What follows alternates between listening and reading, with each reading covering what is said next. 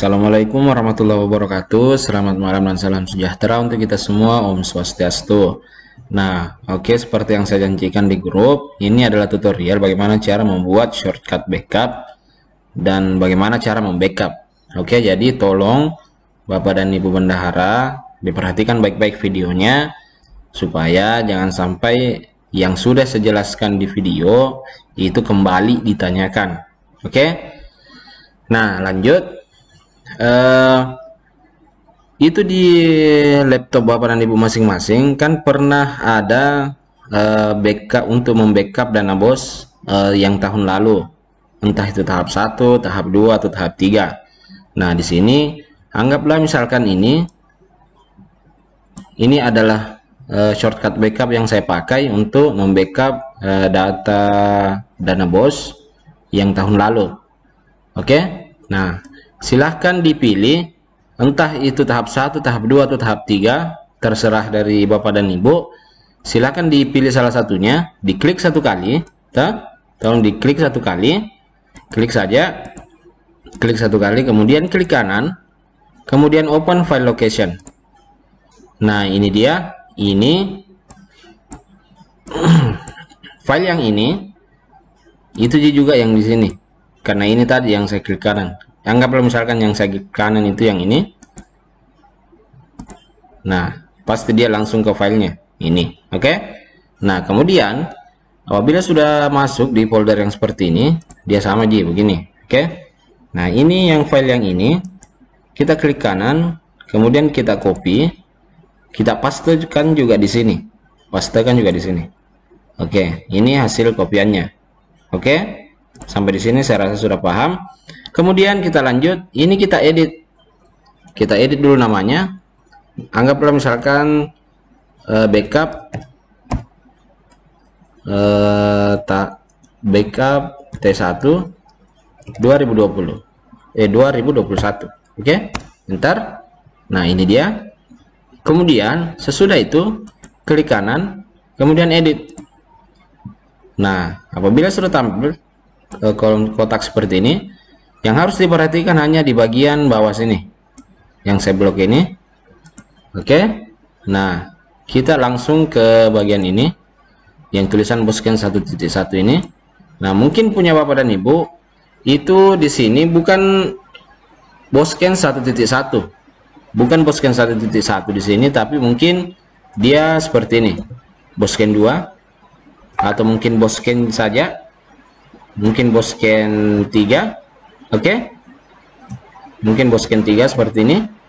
Nah, apabila seperti ini bukan Bosken 1.1, maka kita harus mengubahnya menjadi Bosken 1.1.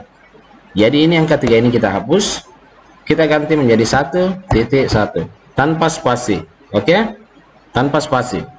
Kemudian kita lanjut di bagian ini. Nah, kita lihat di sini ada huruf D, huruf besar. Oke, huruf besar D. Nah, yang dimaksud ini itu adalah data yang di sebelah sini, data C, data D, data E. Mungkin di laptop Bapak dan Ibu mungkin ada data G, mungkin data F misalkan. Nah, itu yang dimaksud.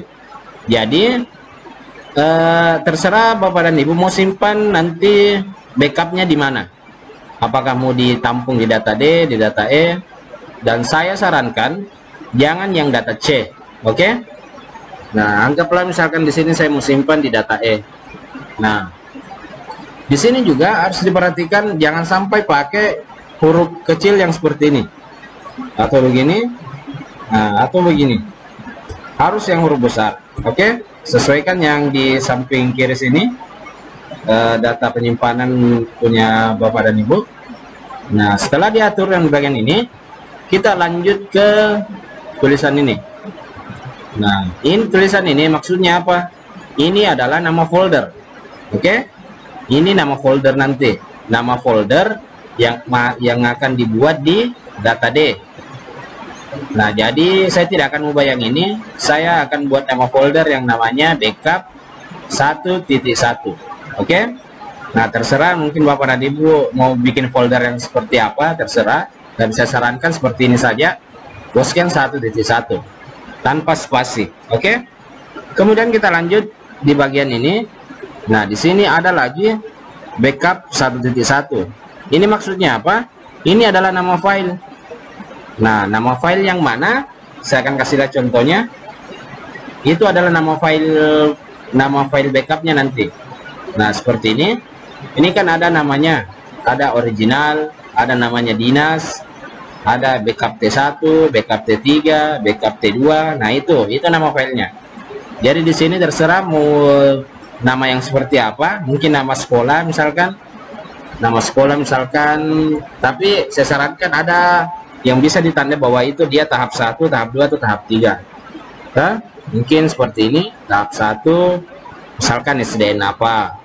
Mau huruf besar huruf kecil terserah, misalkan SDN berapa, 250 misalkan, 250 apa, 250 Wasukondang.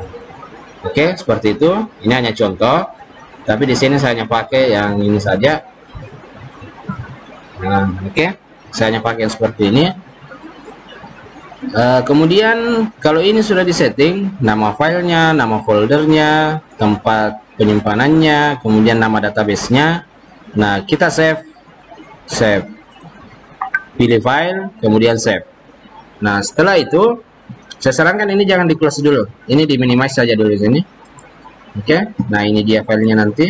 Nah, kemudian kita masuk di data D. Kan tadi saya aturnya di data D, jadi saya harus masuk di data D. Kemudian membuat folder. Nah, kita buka kembali. Saya akan buat folder dengan nama ini, backup 1.1. Nah, ini dia.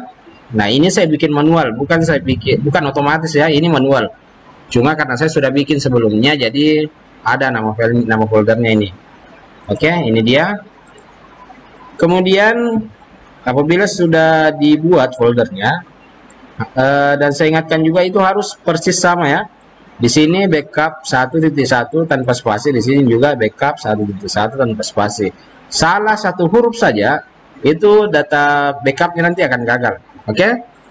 Nah, ini kan sudah foldernya sudah dibikin, berarti ini bisa saya close, saya tutup. Kemudian kita kembali masuk di sini. Oke, di bagian sini yang saya bikin tadi.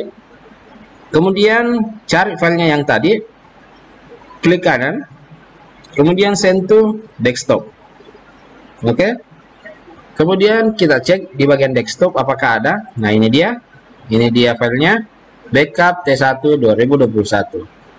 Kemudian kita coba backup apakah itu sudah benar atau tidak. Klik 2 kali. Nah, akan muncul layar hitam seperti ini.